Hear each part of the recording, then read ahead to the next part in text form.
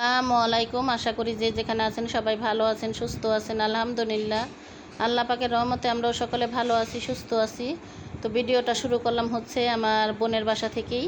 তো প্রতিদিনের মতন আমি প্রতিদিনই আসি আর ওদের বাড়িতে, কারণ যে আমি আরও ভিডিওতে বলছি যে আমার একা একা ভালো লাগে না, তো এর জন্য আর কি মাগরিবের পরপরই চলে আসি। তো আমার হাতে একটা ফুল দেখতেছেন আপনারা, তো এই ফুলটা কিন্তু আমার বিবাহ বার্ষিকী উপলক্ষ করে আমাকে আর আমার স্বামীকে গিফট করা হয়েছে। তো যে এই ফুলটা আমাদের গিফট করছে তার প্রতি আমাদের অনেক অনেক ভালোবাসা ও দোয়া রইল, আর তাকে অনেক অনেক ধন্যবাদ। তো আমার বিয়ের কিন্তু 32 বছর আর কি পূর্ণ হলো। তো ভিডিওটা শুরু করলাম আমি আমার বোনের বাড়ি থেকেই। তো যাই হোক, ভিডিওটা না টেনে সম্পূর্ণ ভিডিওটা দেখতে থাকুন, পাশেই থাকুন। ভালো লাগলে অবশ্যই আমার চ্যানেলটা সাবস্ক্রাইব করে দেবেন, লাইক কমেন্ট শেয়ার করে দেবেন।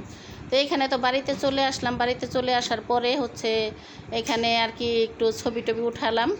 তো কী আর করবো বলেন, কোথাও তো আর যাই নাই, তো ঘরে বসে আইসা কিছু ছবি টবি উঠালাম, কারণ যে ফুলটাই আমাদেরকে গিফট করছে সেও দেখলে খুশি হবে। তো এর জন্য আর কি ফুলটা গিফট করলাম, একটু ছবি উঠালাম ফুলটা। আর ফুলটা পেয়ে কিন্তু আমরা অনেক অনেক খুশি।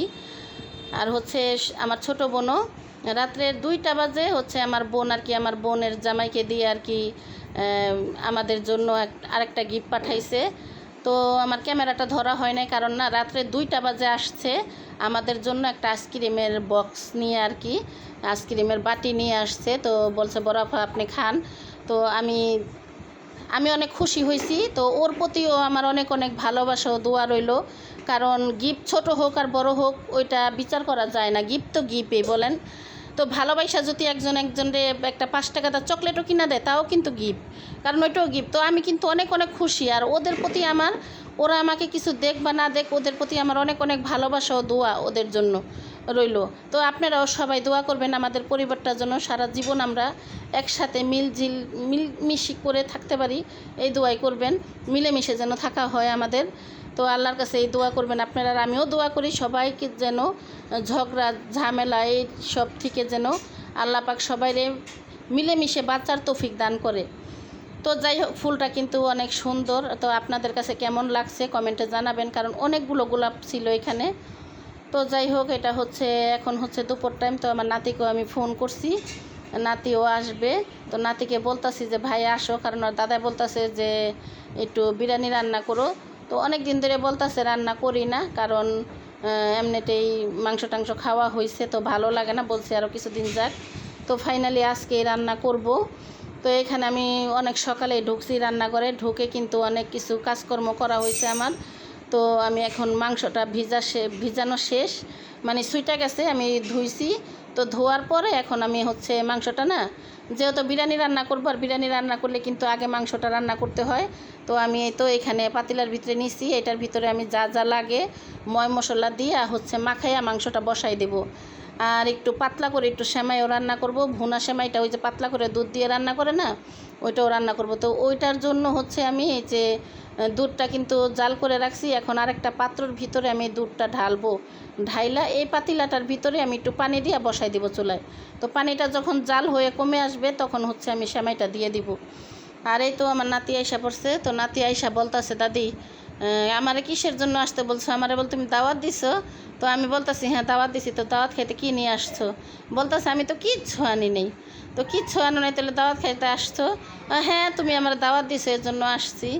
তো ওকে তো দাওয়াত দিতেই হবে বলেন, আর ওরে ছাড়া তো আমি এমনি তো আমি কিছু আর কি আমি মুখে দেই না, কারণ হ্যাঁ বলতে পারেন যে ভাত মাছ খান না, ভাত মাছ খাই আমি, কিন্তু আমার নাতিরে ছাড়া আমি কোনো ভালো জিনিস রান্না করে বা কোনো ফলফলারি আমি কোনো কিছু খাই না। আমি একটা জিনিস আনলে আমার নাতির জন্য ফ্রিজে রাইখা দেই, আমার নাতি কবে আসবে কবে খাবে, কারণ ওরা যে পর্যন্ত না খাওয়াইতে পারি না এ পর্যন্ত আমার আর কি ভালো লাগে না। তো এখানে হচ্ছে নাতি আসাতে তো আমি অনেক খুশি। আর হচ্ছে এই যে এখন সাথে সাথে ঘুরবে, আমি রান্নাঘরে গেলে রান্নাঘরে যাবো আমার সাথে, আমি এই রুমে আসলে এই রুমে আসবো। তো আমি এই রুমে আসছি আর কি একটু মশলা নিতে আর পানির একটা গ্লাস নিতে।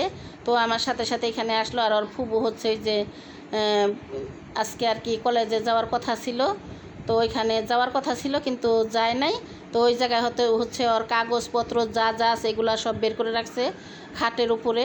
তো এইগুলা বলতাছে যে দাদি এগুলা কি? তো আমি বলতাছি ভাই রাখো, কারণ এগুলা ধরো না, কে লাগে ওই জায়গায় জরুরি কোনো কাগজপত্র আছে, বাচ্চা মানুষ কোনটা বের করে বা ফালাই দেয় ঠিক নেই। তো আমার নাতি কিন্তু এমনি তো মাশাল্লাহ কোনো এমনি ওই বাচ্চা হিসাবে কোনো এমনি কোনো দুষ্টামি করে না। ওই তো এখানে কিন্তু আমি এই যে মাংসটা ভালোভাবে আমি হাত দিয়ে মাখাইয়া দিতেছি। আর অল্প খালি হাতটা ধুয়ে আমি অল্প একটু পানি দিব। আর মাংসগুলো করে আমি একেবারে ছোটো করে কাটি নেই আমি, কারণ যেহেতু এটা মানে অনেকগুলা রান্না করব না, তো নিজেরা খাওয়ার জন্য রান্না করবো, তো এই জন্য আর কি বেশি একটা ছোট ছোট করি নেই। তো দেখা যায় কি অনেকেই বিরিয়ানি রান্না করলে না একেবারে ছোট ছোট করে ফেলে, তো আমি তো অনেক অত ছোট করি নেই। তো আমার মেয়ে বলতেছে যে মা তুমি একেবারে মাংসগুলো বড় বড় করছো। তো যেহেতু আমরা নিজেরাই খাবো, অত ছোট করার দরকার নাই। তো এখানে হচ্ছে এই যে আমি মাংসটা তো ওই চুলাতে বসাই দিলাম, বলক চলে আসছে। আর এখানে হচ্ছে আমার এই মিঠাইগুলো কিন্তু আগের এই ফ্রিজে ছিল। আর আমি কিন্তু এই পাতলা করে সেমাই রান্না করে খাবো, এই জন্যে আর কি আমি মিঠাই আর কি কিনে রাখছিলাম।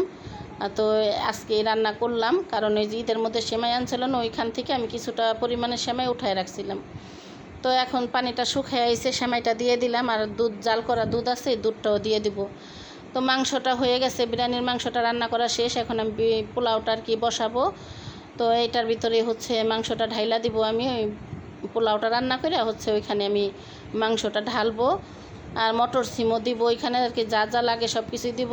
তো যাই হোক, আমার আজকের ভিডিওটা আপনাদের কাছে কেমন লাগলো কমেন্ট বক্সে জানাবেন। আর এখানে হচ্ছে সব আমাদের ছোট মেহমানকে আমি দাওয়াত করছি আর কি। আমার ছোট বোনের মেয়ে, সেজু বোনের ছেলে, তো মেজু বোনের মেয়েকেও বলা হয়েছে, কিন্তু মেজু বোনের মেয়ে আসে নাই।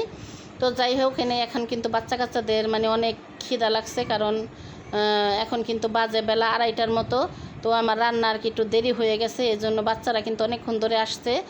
তো এখন রান্না শেষ, তাড়াতাড়ি করে আগে বাচ্চাদেরকে দিলাম। তো বাচ্চারা খাওয়া দাওয়া করুক, আমার আবার রান্নাঘরে একটু কাজ আছে, তো কাজগুলো সেরে আমি গোসল করব, তারপরে হচ্ছে খাওয়া দাওয়া করব। তো আমার বোনের ছেলেটা আবার হাত দিয়ে আর কি খুব কম খায়, তো ওর মা এই জন্য ওর মা বলতেছে যে আমি খাওয়াই দিই তোমারে। তো বলতেছে না আমি হাত দাই খাবো। তো ঠিক আছে, ভিডিওটা দেখতে থাকুন, সাথেই থাকুন। কারণ বাচ্চারা, আর আমার ছোটো বোনের মেয়ে না মাংসটা পছন্দ করে না, তো মাংস বলে উঠায় রাখছে। আর এখানে হচ্ছে সালাদ কাটা, সালাদও বাচ্চাদেরকে দেওয়া হয়েছে, কারণ বাচ্চারা খেলেই হচ্ছে বড়দের খাওয়া হয়। বাচ্চাদের আনন্দই হচ্ছে বড় আনন্দ। আর বাচ্চারা কিন্তু অনেক খুশি, কারণ খালামণির বাসায় দাওয়াত খাইতে আসছে, তো বাচ্চারা অনেকেই খুশি। তো এখানে হচ্ছে বাচ্চারা খাওয়া দাওয়া করুক, আর আমার কাজকর্ম আমি করি। আর পাড়ি বিছে আমার নাতি কিন্তু নিচে অনেকক্ষণ ধরে বৈশা খেলাধুলা করছে। আর এখানে হচ্ছে এখন আমি আর কি খাবার নিয়ে বসলাম। আর বিরিয়ানিটা কিন্তু খুব মজা হয়েছে, আর বাচ্চারা কিন্তু খাওয়া দাওয়া করতেছে আর বলতেছে আন্টি অনেক মজা হয়েছে। তো বাচ্চাদের বয়সটা আর কি আমি দেই নাই, কারণ তিনজন একসাথে কথা বলতেছে, তো মানে অনেক ক্যাচ উঠা যায়, তো এই জন্য আমি বাচ্চাদের বয়সটা আর কি দেই নাই। তো যাই হোক, আমার আজকের ভিডিওটা আপনাদের কাছে কেমন লাগলো কমেন্ট বক্সে জানাবেন। কথার মাঝে কোনো ভুল ত্রুটি হইলে ক্ষমার দৃষ্টিতে দেখবেন।